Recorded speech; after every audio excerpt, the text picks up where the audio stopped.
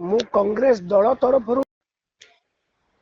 जो कथाटी कहूची एटा होची देखंतु ओडिशा भली एक गरीब राज्य रे जोठी गुटे चासी परिवार मासकु आय 5112 टंका सेठी जनसेवक माने 3,45,000 टंका राज्य राजकोष दरमा नेबे जेटू पिछला तारीख अनुसार एठारु बड़ अपमान आउ कौन हो पारे। जो माने राजनीति करूचंती से माने कोथि पई करूचंती जनतांकर सेवा करिया पई। सेवा करुवा लोकटी को 3,45,000 टंका दरमा दरकार, अत्यंत दुखर कथा। जोठी 75% महिला रक्तहीनतार शिकार होचंती। आदिवासी 15टी आदिवासी बहुल जिला गुड़िक लोकों पाखे घर टिके नहीं, खाइबा किसी नहीं, पानी टिके नहीं। से राज्य रे यदि विधायक मैंने 3,45,000 टंका दरमा नियंती ताले कौन हम? ए बिल को किमती आगत करागला? सरकारी दल ए बिल को किभली भाव आगत कले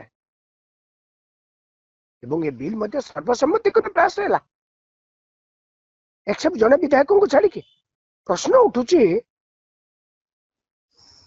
सरकार बिल टी को जेतले आनी थिले हिताहित ज्ञान भी भूली जाइतिले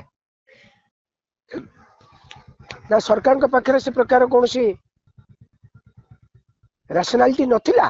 सर जनसाधारण को असंतोष को देखला पोरे सरकार पुणी गोटे तांको मत बदलाय को जाउछन्ती बोले आपण कहबे कि? ए तो सत्य, कारण जिते बेले बिल टी को सर्वसम्मति गृह में पास है तापर परे विधानसभा बंद हो गला। इथुर आपण कौन जानले? तापर जन आक्रोश वृद्धि है। जन आक्रोश वृद्धि हवा गणमाध्यम विभिन्न भाव में चर्चा हवा साधारण लोकों पाखे ग्रहणीय न होगा हेतु भयर काले आउ भोट हमको मिलबनी एइथिपाई रिकनसिडर करने चाहूँ। ए बिल को आनी किए? सरकार आनी कि बिल आनिया पूर्व बिल कॉपी दे नथिले? बिल आनले कॉपी तो देथिबे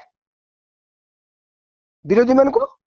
कई कौन पढ़ी नथिले बिल बाबद कई पढ़ी कि नहीं? कई विरोध करछन्ती?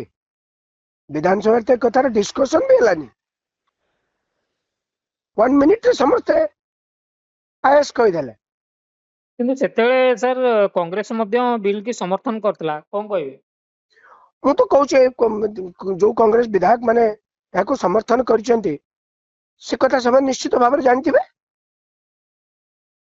किंतु कांग्रेस राज्य हित रे काम करूछ। मु आ गोटे कथा कहबी,